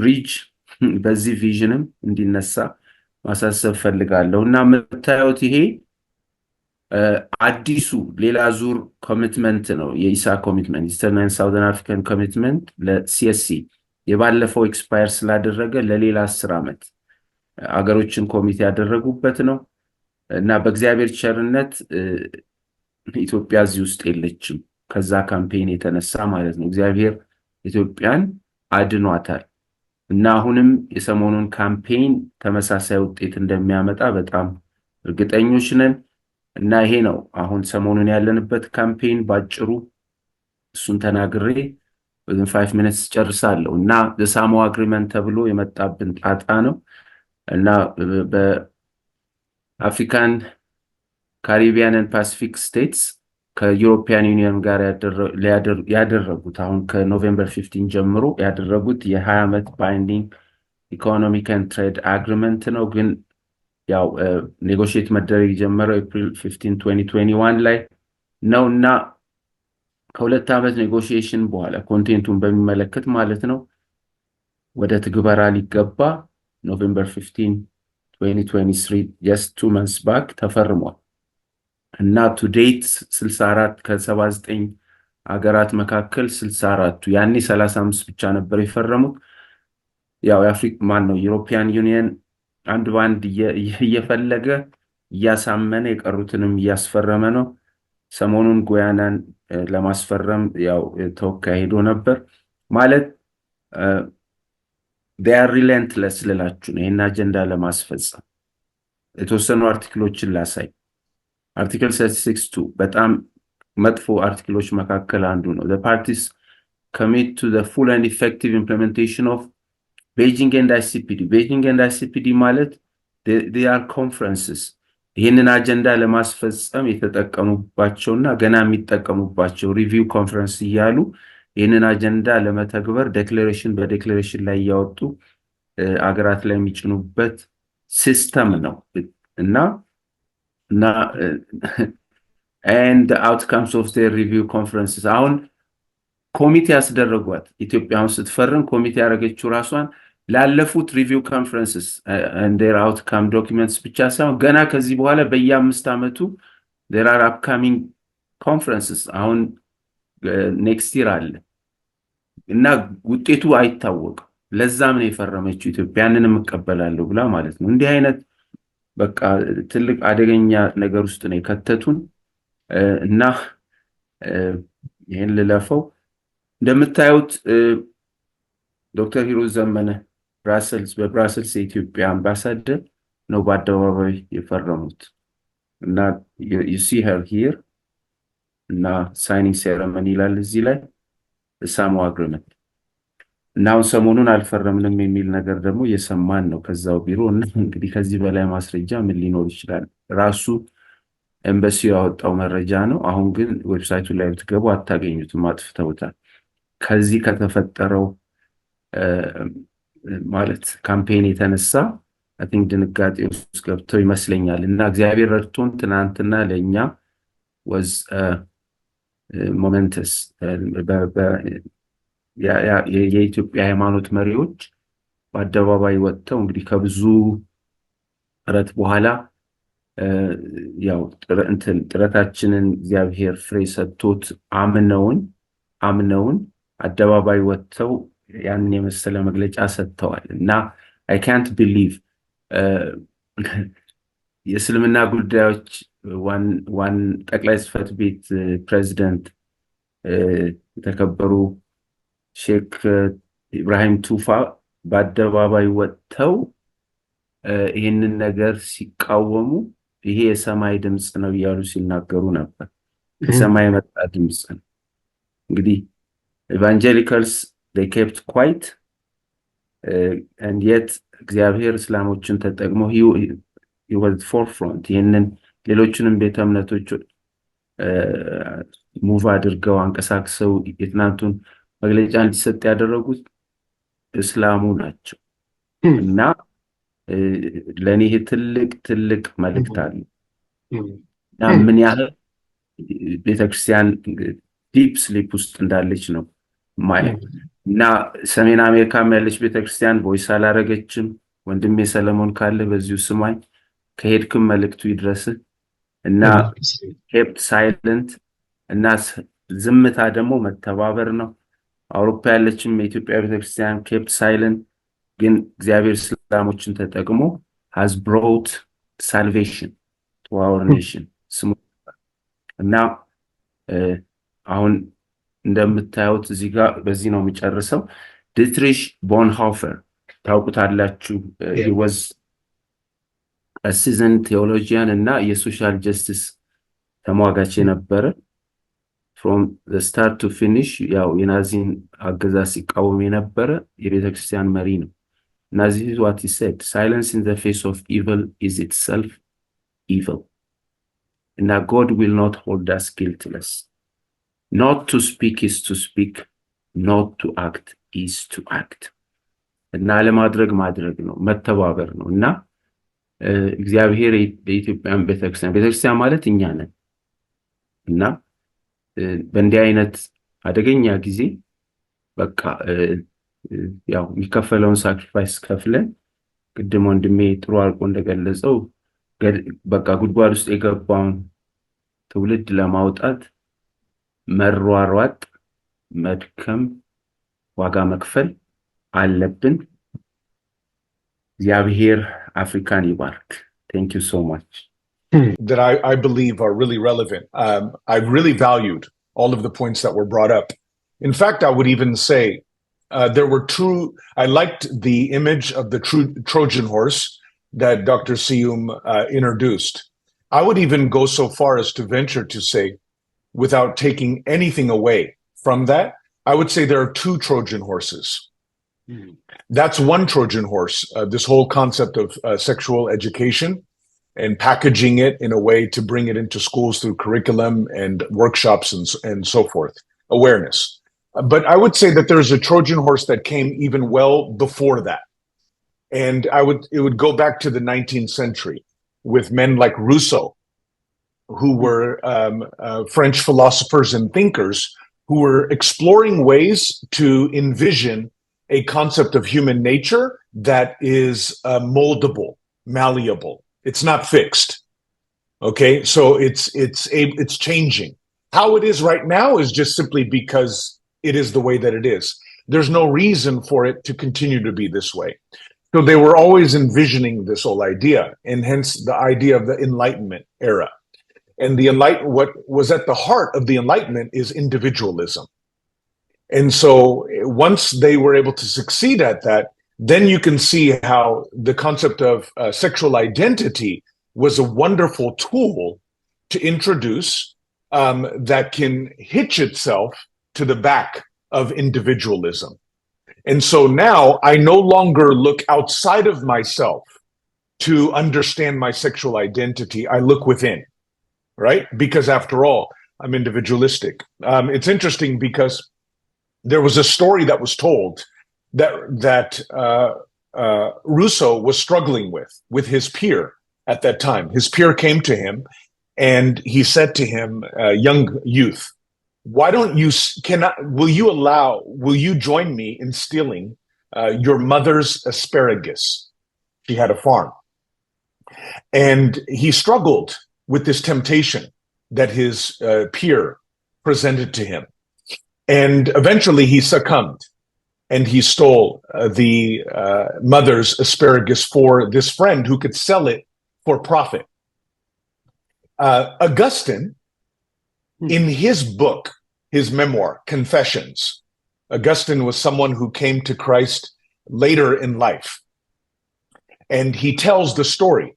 He lived a wicked life, very sinful. He was worldly. He was sexual. He was loose. He lived quite a wild life. God eventually got a hold of him, rescued him. He came to know Christ. We all know the rest, more or less, of the story of Augustine and his impact in the church. But in any case, Augustine had a situation where he was tempted. He recounts this scene. He was tempted to steal a pear, okay, not an asparagus, a pear. And he wrestled with it because he wasn't lacking in pears. He had a whole orchard of pears. But even though he had a whole orchard of pears, he could not deny the fact that he wanted to take this other pear that did not belong to him. In any case, he succumbed. And after having done so, he wanted to figure out why his nature was disposed toward stealing a pear when he had so many at his disposal. He traced that struggle back to his own nature and how he was born, original sin. And he got that from what the scriptures told him. Rousseau wrestled with his own struggle, and he attempted to do what Augustine did, but he didn't trace it back to his heart, nature. He traced it back to society. You see, he said, I'm good. I'm perfectly fine in and of myself. I come into this world good.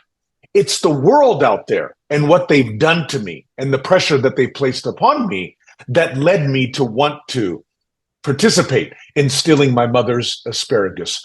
Two completely different worldviews. One that traces its problem back to its heart.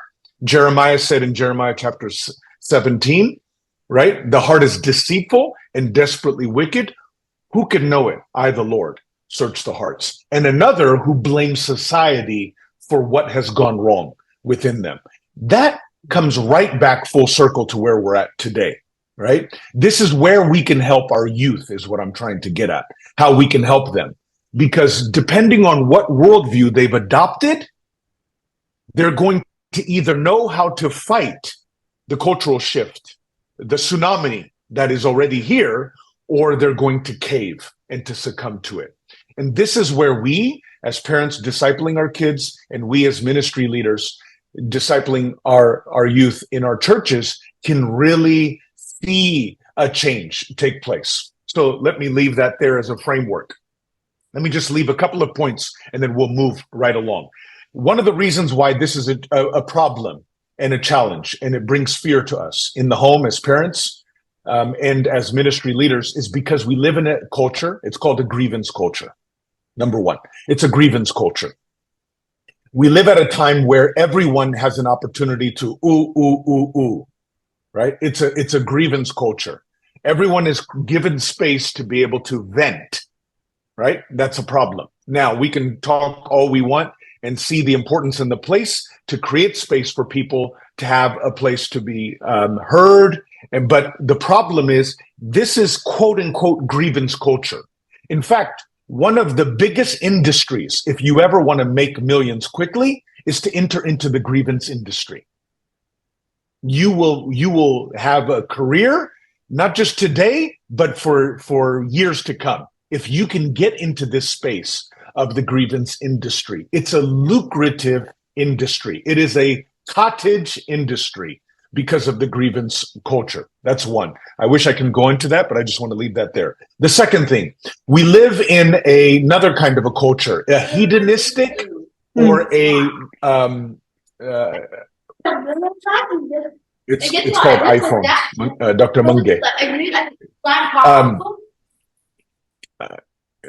We live in a hedonistic and a narcissistic age. The concept of narcissism is me, ine, rase, right? Self. And so everything is understood, everything is processed, everything is made sense of in relationship to what does this do for me? How does this benefit me? How is this of any value for me? Right? So that's very important. This can shape church planting. This can shape our ministries. This can shape preaching in our sermons. It's like you can already see how we will conveniently stay away from certain parts of the Bible as we're thinking, I don't think this was what they would like, because this doesn't have them at the center. It has God and his interests at the center.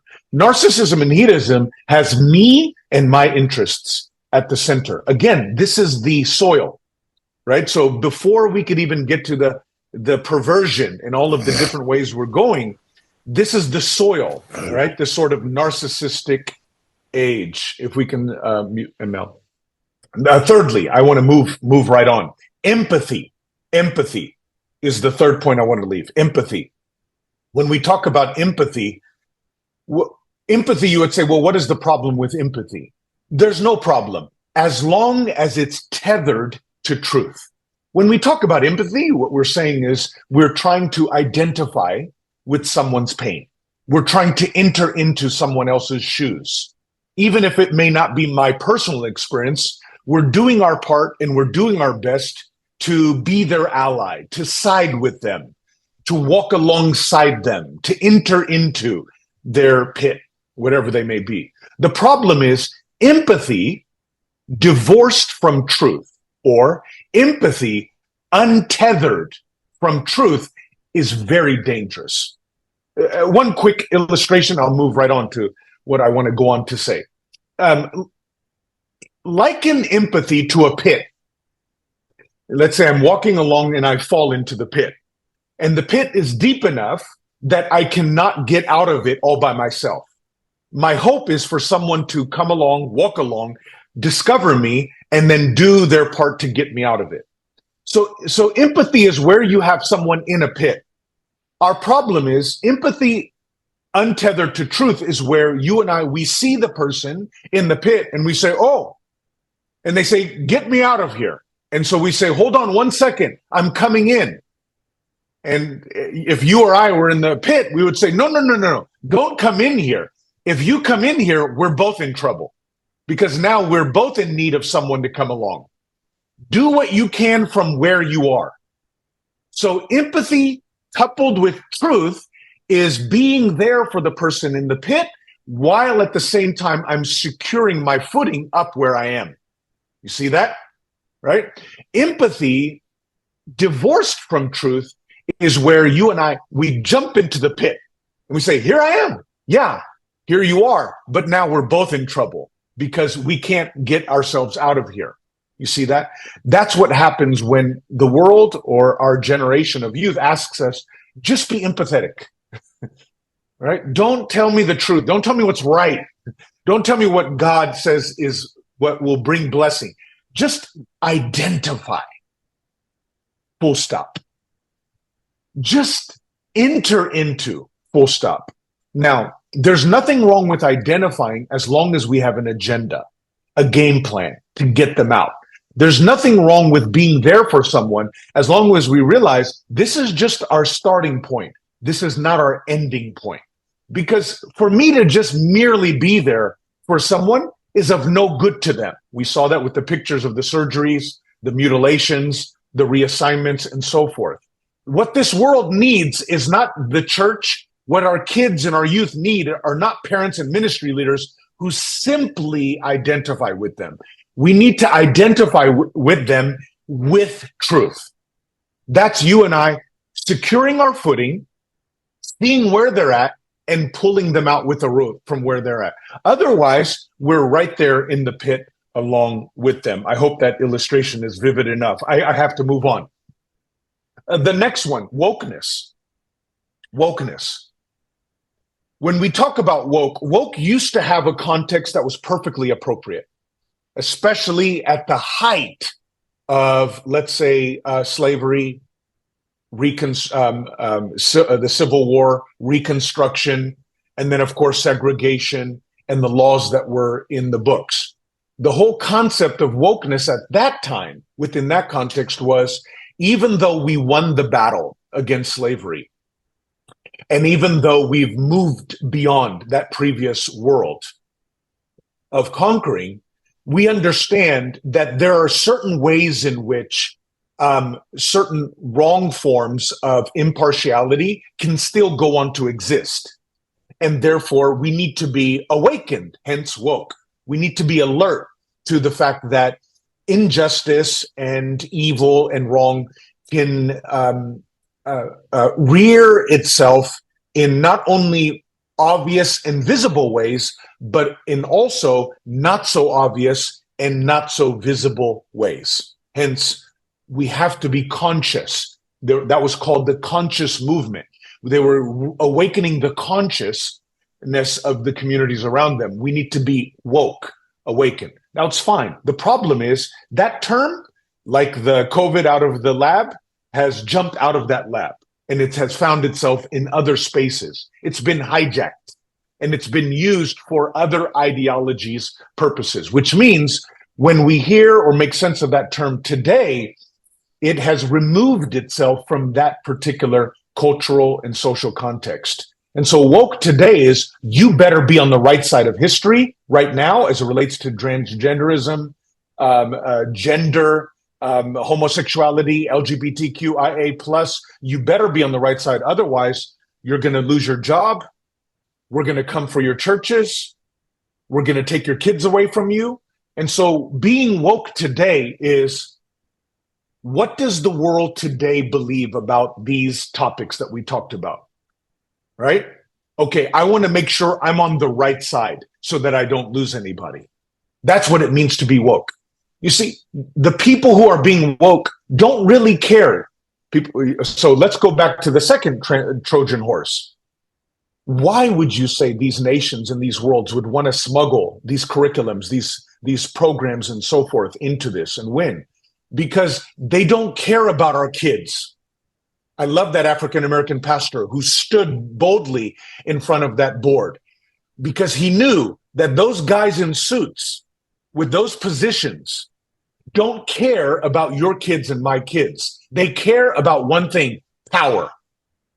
They care about money, and they care about power, and they care about securing that money and that power as long as they can. You can take this same concept and explanation and outsource it to any part of the nations, whether that's our world nations, organizations, or whether that's other places. They care about it, and they recognize their way to be able to secure their tenure and to be able to secure dollars and funding and grants is by being able to give this next generation what their hearts desire, right? So at the end of the day, they don't care about that. That's what wokeness is about. In other words, what is today's way of being on the right side of history will be tomorrow. These are the same people who would have been racist and slaveholders at one other time. It's just because we've moved on and nobody in their right mind would want to be support of that, they've moved away from that for the new thing. And the new thing is to be allies of the LGBTQIA. But as soon as that gets outdated, they're going to move on, leave them, drop them, and move on to the next thing. Their interest really is not the kids who are having to experience these surgeries, these transformations, the households that are having to have their kids taken from them because they refuse to go along with this idea. Their interest is money, and their interest is power and the securing of it. So what is this idea of wokeness? It's a religion. It's an alternative religion. This is where we can help our kids. This is where discipleship comes from. You may say, how did the church succumb? We haven't been discipling them. They've been void inside. When you're the Bible doesn't say this, but it's been said before. Nature abhors a vacuum. When there's a vacuum, it can only remain empty for so long. Sooner or later, something or someone else is going to come in and fill it, right? They're going to fill it. And so the reason why this religion was able to find a place is because they did not have one to begin with. So how is it an alternative religion? It's an alternative. They have their own Bible. There's a list of books you're supposed to read if you're going to be woke, right? And if you don't, you're in trouble. Why are you not reading these books? They have their own priests. They have leaders that are proponents of these. And we all know who these leaders are within these communities. And they push these agendas. They have their own church. They call them community, transgender community, LGBTQIA community, and so forth. So they have their own version, if you will, of their quote unquote church. They have their own salvation. They have their own born again or new birth experience. It's called being woke. So to be woke in this case is to be born again. That's the idea, right? In other words, I'm now in support of you. So we change our bios and we put pronouns in them. We put the flags in our title description. We change the color of our profile. We start wearing certain bracelets that show. We put certain badges on our backpacks, right? We change our iPhone cover to be able to show I'm in solidarity with this sort of movement. I'm woke. I'm with the times. I'm not like them. I'm not outdated. I'm now with you. I'm born again, right? They have their own mission. There's activists. They get out there and hit the streets. They know how to throw dollars at social media platforms with paid ads and really push the agenda. They're really sophisticated. They're very organized, and they are on mission. They have church discipline. Their own version of church discipline. It's called cancel culture. If you don't get on board, they will cancel you. They will have your Facebook page shadow banned. They will contact administrators and make sure that your YouTube channel gets strikes. If you start talking or using certain terms, you will be flagged. You have to be very quiet about certain programs and certain things that you want to put out in the public. They have their own creation. They have their own version of their own creation order. They have their own virtue. When we talk about virtue, we talk about being bold and courageous, integrity, moral qualities. In their case, it's virtue signaling, which is really not about being bold. It is about pleasing man. Are you happy with me now? Are you happy with me now? Do you forgive me now that I have done these things? In other words, they will make you post certain things on certain days. They will make you change the color of your profile, and they'll visit and say, how come you haven't said anything? Silence is violence. Have you heard that term before? You haven't said anything. We haven't seen anything. Where are you at? You need to virtue signal. It doesn't matter where you personally are at in your heart. You need to show us through your platforms, through your websites, through your pages. I want to see an image. I want to see a flag. I've driven by your church. I haven't seen a flag in front of there.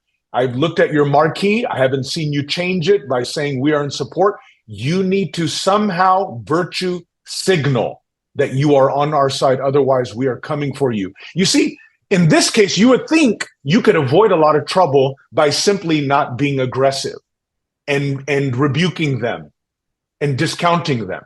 I'm just going to be quiet. I'm going to keep my thoughts to myself. No, that's not even enough. Your silence is the problem. It's not even the fact that you're telling us what your opinion is. Your silence is the problem. This is the day that we live in, and therefore there's so much more that could be said. But I want to honor your time, and so I want to just stop at this point and allow for Dr. Bungay, Dr. Tababa, to take it from here.